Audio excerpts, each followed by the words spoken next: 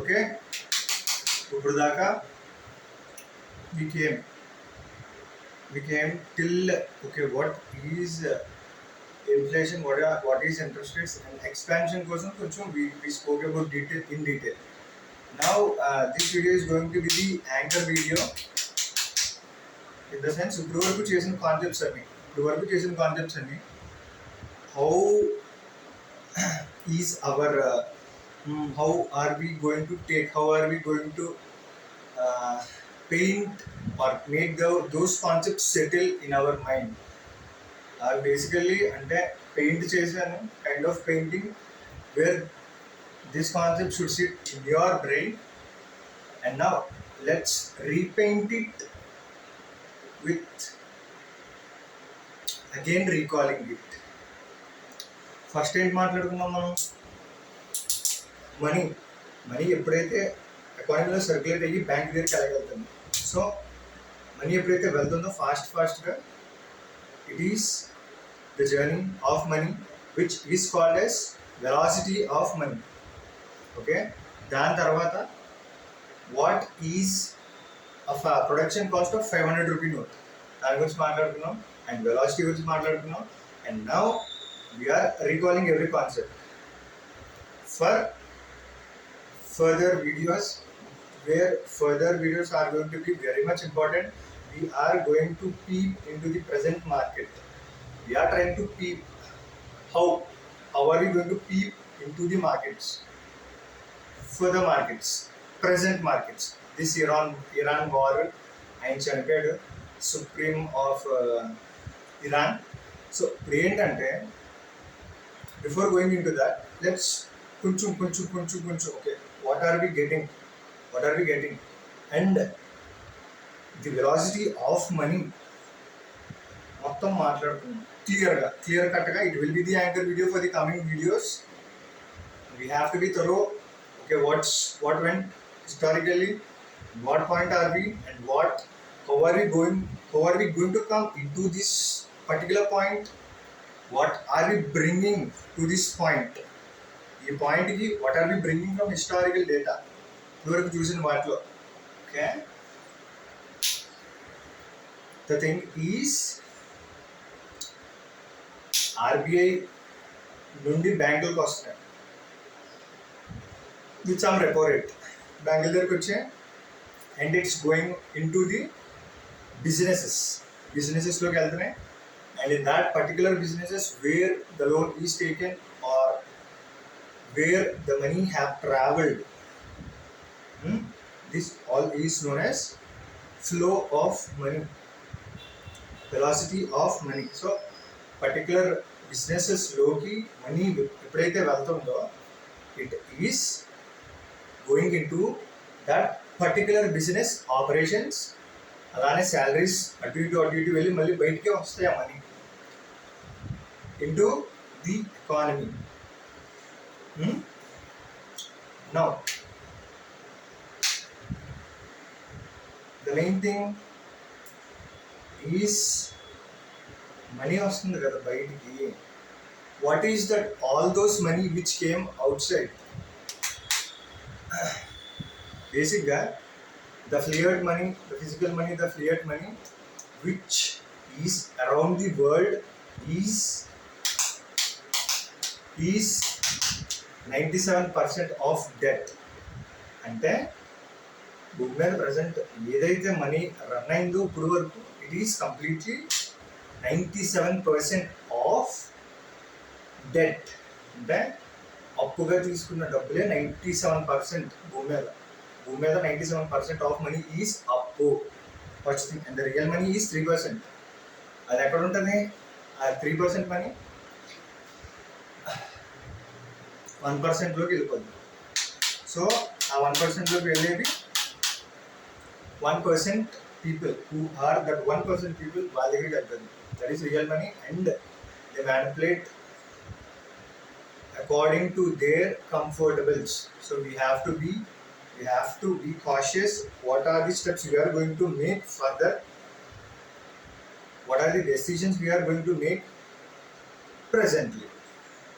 So ఇప్పుడు present లోకి వచ్చేస్తే, so now in the present ఆయన చనిపోయాడు. చనిపోయిన తర్వాత పడింది. ఏం పడింది? ఆయన చనిపోయాడు, ఇరాన్. సో బేసికలీ ఎక్కడ అవుతుంది, ఏమవుతుంది అంటే అందరూ everybody is concentrated on wars. Iran war, ఆ వార్ అవుతుంది. Private debt, which is nobody talking about, is the $40 trillion debt which was made by the America, USA. ఆ డెట్ ఏదైతే ఉందో దాని గురించి ఎవరు మాట్లాడట్లేదు సరిగ్గా. అది పక్కన పెట్టేసి the main thing is Epstein files నుంచి ఇక్కడ వరకు వచ్చింది. ఎప్స్టీన్ ఫైల్స్ నుంచి మ్యానిపులేట్ అయ్యి, ఇన్ఫర్మేషన్ అంతా మ్యానిపులేట్ అయ్యి, ఇరాన్ అనే వీడి మీదకి దాడి చేసి వీడి మీద వేసి ఇది క్లోజ్ చేశారు. But the decision will be on the Iran people. And Iran people కూడా ఏం చేయాలంటే దే హ్యావ్ టు అసాసినేట్ చేయాలి. అసాసినేట్ చేసుకుంటూ వెళ్తేనే ఇప్పుడు ఇజ్రాయెల్ ఎలా అయిందో అలా అయ్యే ఛాన్సెస్ ఉన్నాయి దానికి.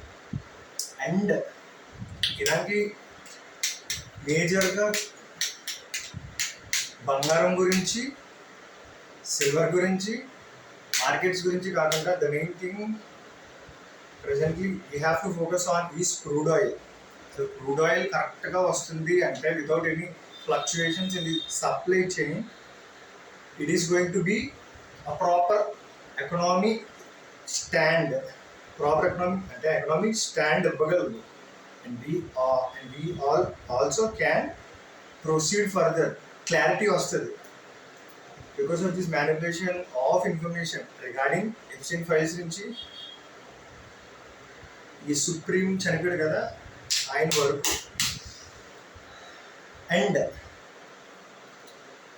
The main thing we have to focus on now is crude oil. ఇప్పుడు ఏమాత్రం అటు ఇటు సప్లై చైన్ అయ్యి అటు ఇటు పెరిగిపోయిందంటే ఇరాన్ వల్ల China will face big trouble. Because Iran వాళ్ళు వాళ్ళకి ఇస్తున్నారు అన్నమాట, చైనా వాళ్ళకి ఇస్తున్నారు క్రూడ్ ఆయిల్. అండ్ ఆ ఏరియా నుంచే ఇరాన్ అక్కడి నుంచే వరల్డ్కి 20-25% క్రూడ్ ఆయిల్ వస్తుంది బయటికి. అది సపరేషన్ అక్కడ మిస్ మ్యాచ్ అయినా మొత్తం అటు ఇటు అయిపోద్ది అన్నమాట. జాగ్రత్త పడాలి అది. అండ్ నెక్స్ట్ థింగ్ ఏంటంటే ద డెట్. బయటికి ఏదైతే మనీ వచ్చిందో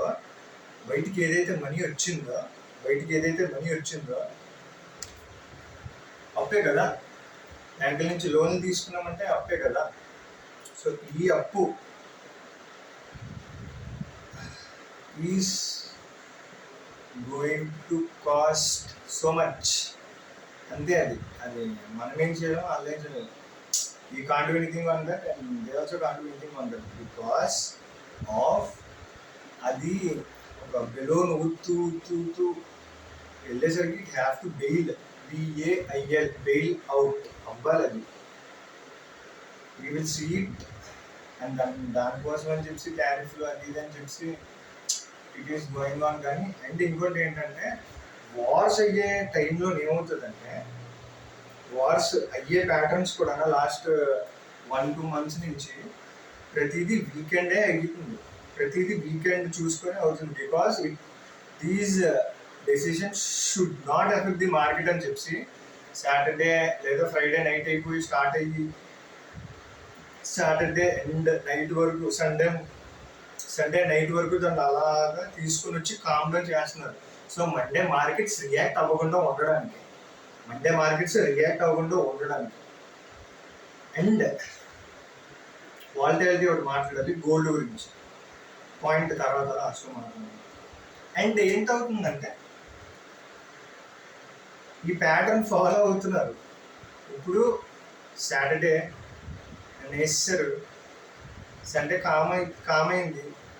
అండ్ వాళ్ళు గవర్నమెంట్ 40 days షట్ డౌన్ చేశారంట. గవర్నమెంట్ వేరే ఎవరినో కొత్త సుప్రీంని కూడా ఆల్రెడీ దే ఎలక్టెడ్ అంట. They have to see on it. And బేసిక్గా ఇరాన్లోని ప్రాణాలు గుప్పెట్లో పట్టుకుని పరిగెడుతున్నారు. ఇప్పుడు అక్కడున్నా ఇక్కడున్నా ఏటీఎంకి ఏమవుతుందో ఎవరికి ఏమవుతుందో తెలియదు. We have to pray for their civilians ethics. We have to pray for their lifes. అలా అయిన తర్వాత, అంత వార్ సిచ్యువేషన్ అయిన తర్వాత ఇరాన్ ఈజ్ కంటిన్యూస్లీ ఇంకా అటాక్ చేస్తూనే ఉన్నది. వాళ్ళ నైబరింగ్ కంట్రీస్ ఉండాలి. ఎక్కడైతే యుఎస్ పాయింట్స్ ఉన్నాయో అక్కడ, ఎక్కడ బేస్ ఉన్నాయో అక్కడ, ఎక్స్క్యూజ్ మీ,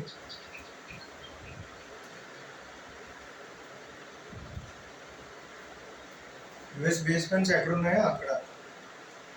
అండ్ ఇంకోటి ఏంటంటే we have to be thorough with the concepts what we have learn. So ఒకసారి మళ్ళీ రీక్యాప్ కొట్టి we will come into the pace. ఎందుకంటే రేపు వెళ్ళే మార్కెట్లో వీ హ్యావ్ టు టాక్. ఇంకొకటి ఏంటంటే ఇప్పుడు ఏదైనా స్టాక్ కానీ ఏదైనా సెక్యూరిటీ ఏదైనా asset class, any asset class, దానికి ఒక మూవింగ్ యావరేజ్ అంటూ ఉంటుంది. మార్కెట్లో ఈ మూవింగ్ యావరేజ్ ఫర్ సపోజ్ గోల్డ్కి ఇక్కడ ఉంది, వాడి వల్ల కొంచెం పెరుగుతుంది. ఓకేనా? దీనికి మూవింగ్ యావరేజ్ ఎక్కడ ఉంది? ఇక్కడ ఉన్నది, ఈ ఏరియాలో ఉన్నది. సో ఇది ప్రజెంట్ మళ్ళీ వార్ అయితే ఇంకొంచెం పెరుగుతుంది. దీని మూవింగ్ యావరేజ్ ఇక్కడే ఉంటుంది. అర్థమవుతుందా? దీని మూవింగ్ యావరేజ్ ఇక్కడే ఉంటుంది. ఇది గోల్డ్ ప్రజెంట్ ఉన్న మార్కెట్లో అవుతున్న కండిషన్స్ బట్టి ఇది రియాక్ట్ అవుతూ ఇంతవరకు లెగిస్తుంది. అండ్ ఇదేంటంటే మూవింగ్ యావరేజ్ అనమాట. ఈ మూవింగ్ యావరేజ్ ఎక్కడైతే ఉన్నదో ఇది కరెక్ట్ పాయింట్ అనమాట. సో ఇరాన్ రేపు మళ్ళీ ఇంకో చైనా తైవాన్ వార్ అయిందనుకో, మళ్ళీ ఇంకొంచెం పెరుగుతుంది. అర్థమైందా? సో వార్స్ అవుతున్నప్పుడు గోల్డ్ ఇలా పెరగకూడదు. ఇది టెన్షన్తో పెరిగింది. ఇదంతా ఇది ఏదైతే పెరిగిందో ఇది టెన్షన్తో పెరిగింది. ఇలా పెరగకూడదు. ఇది మళ్ళీ అంతా కూల్ అయిన తర్వాత క్లారిటీ వచ్చాక ఎక్కడ ఉన్నది ఇలా ఇక్కడ వరకు వస్తుంది, ఇక్కడ రావాలి. Because moving average is here, it is already calculated, it have to be there and it will come to there. పడిపోతుందిరా గోల్డ్ అని కాకుండా టెక్నికల్గా this is the moving average where both have to be or both have to rotate here itself. Tensions వల్ల పెరిగింది అనుకోండి, మళ్ళీ ఇక్కడికి రావాలి, ఇక్కడికే రావాలి. ఆర్ దీని ఏమంటారు, ఇంత పెరిగింది కదా, this is called over value. లేదా ఇది మూవింగ్ యావరేజ్ అనుకోండి, పడుతుంది అనుకోండి, ఇది గోల్డ్ పడుతుంది అనుకోండి, ఇక్కడికి వరకు రావాలి గోల్డ్, ఇక్కడ ఉన్నది ఇక్కడ వరకు రావాలి, మూవింగ్ యావరేజ్ దగ్గరికి రావాల్సిందే. మొత్తం క్లారిటీ వచ్చాక గోల్డ్ మళ్ళీ దాని మూవింగ్ యావరేజ్ వరకు వస్తుంది. దీన్ని అండర్ వాల్యూ అంటాం అన్నమాట. ఓకేనా? This is some A stock కన్నా ఇలాగే ఉంటుంది. అండ్ మనీ గురించి బేసిక్గా మాట్లాడాలంటే బయట మాత్రం 40 ట్రిలియన్ డాలర్స్, $40,000 ట్రిలియన్ అంతా అప్పు ఉంది బయట. ఓకేనా? ఆ అప్పుని కవర్ చేసుకోవడానికి ఎక్స్ట్రా ప్రింట్ చేసి మార్కెట్లోకి వదులుతారు నోట్లు, మార్కెట్లోకి నోట్లు వదులుతారు మళ్ళీ. ఓకేనా? ఇది యాంకర్ వీడియో 1 ప్రజెంట్ ఉన్న కండిషన్స్ మీద చిన్న పాయింట్ చెప్పుకుంటూ వచ్చాను. మనం ఇంకా ఎక్కడ ఉన్నాం? ఇంకా రెసిషన్ చెప్పాలి. రెసిషన్ చెప్పాక నెక్స్ట్ ఇంట్రెస్ట్ రేట్ల గురించి చెప్పాలి. ఇంట్రెస్ట్ రేట్ ఏదో తెచ్చాను మధ్యలో, కానీ బుల్గా వదిలేస్తుంది. అలా వెళ్ళకుండానా ఇంట్రెస్ట్ రేట్లు బేసిక్గా ఇంట్రెస్ట్ రేట్లు ఎలా క్యాలిక్యులేట్ చేస్తారంటే ఇంట్రెస్ట్ రేట్లు, ఫార్వర్డ్ రేట్ అని ఉంటుంది. Forward rate, spot rate. ఇది కరెన్సీ ఎక్స్చేంజ్లో వస్తాయి. ఎక్స్చేంజ్ రేట్స్లో వస్తుంది అనమాట. ఫారెన్ ఎక్స్చేంజ్ యువతలు సరి అక్కడ ఏమవుతుందంటే ఫారెన్ ఎక్స్చేంజ్లోని కూల్ ఇప్పుడు వరకు మాట్లాడిందంతా మనకి నోట్ నాలుగు మీదకి తెప్పిస్తాను. I have that capability, I will do, because we're living in an economy where the growth is chasing us. We have to know everything, each and every point. ఈ పాయింట్లో ఏమవుతుంది world around the world, దాన్ని బట్టి what the steps we have to take ఫ్యూచర్లో, how we have to be thorough with the concepts, with the steps, with the decisions which have to be profitable. Ante, which have to be profitable. The thing is,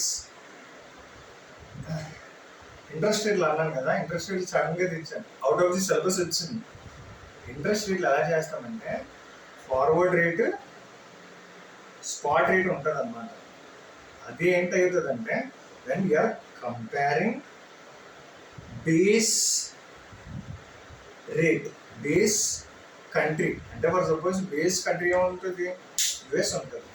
so US లేదా any other country, euro కానీ తీసుకోవచ్చు base కంట్రీగా.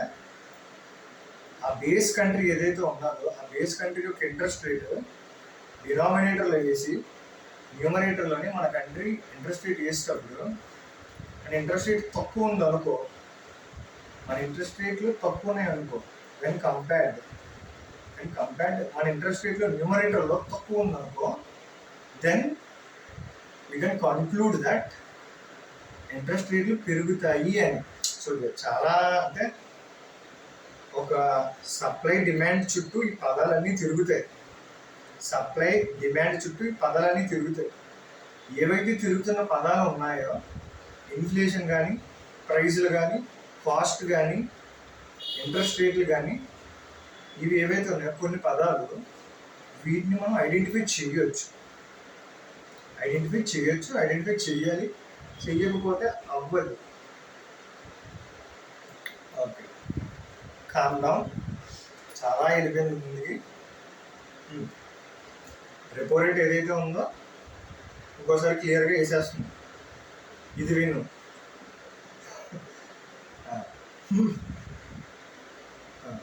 Not అంటే ఆ ఐడెంటిటీని like comedy చేయడం కాదు,